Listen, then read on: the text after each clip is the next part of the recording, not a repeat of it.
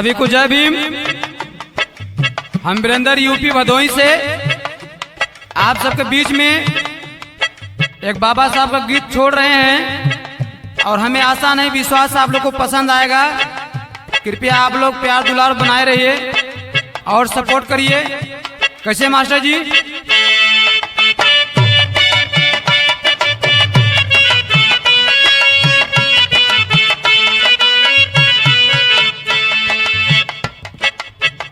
बाबा भीम जनमे, बाबा भीम जनमे, हमारी नगरिया में भीम जनमे।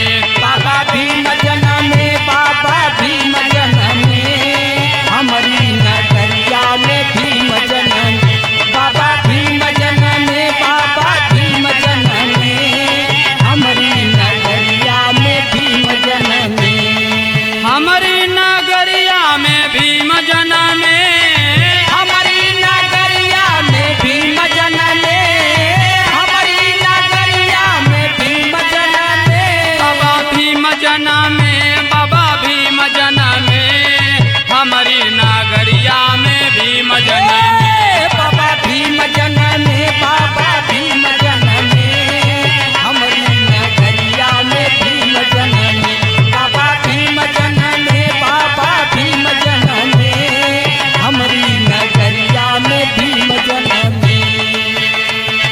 बाबा जनमे महू इंदौर नगरिया, बाबा जनमे इंदौर नगरिया, बाबा महू इंदौर नगरिया।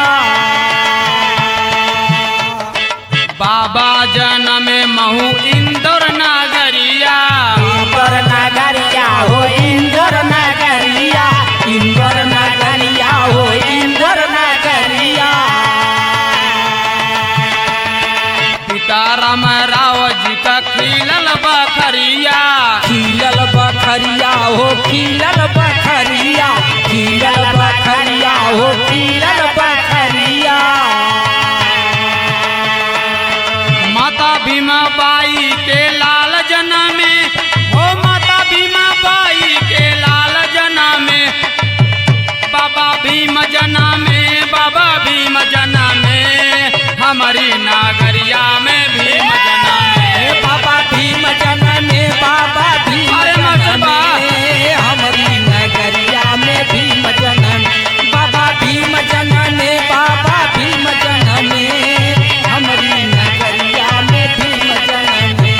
ओ हमारी नगरिया में भीम जनमे, हमारी नगरिया में भीम जनमे, हमारी नगरिया में भीम जनमे। ओ बाबा भीम जनमे, बाबा भीम जनमे, हमारी नगरिया में भीम जनमे। बाबा भीम जनमे, बाबा भीम जनमे, हमारी नगरिया में भीम जनमे।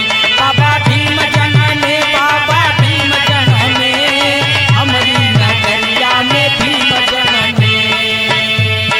बड़ा होके बाबा साहब कैले पढ़ाई, कैले पढ़ाई हो कैले पढ़ाई, कैले पढ़ाई हो कैले पढ़ाई। बड़ा होके बाबा साहब कैले पढ़ाई, कैले पढ़ाई हो कैले पढ़ाई, कैले पढ़ाई हो कैले पढ़ाई।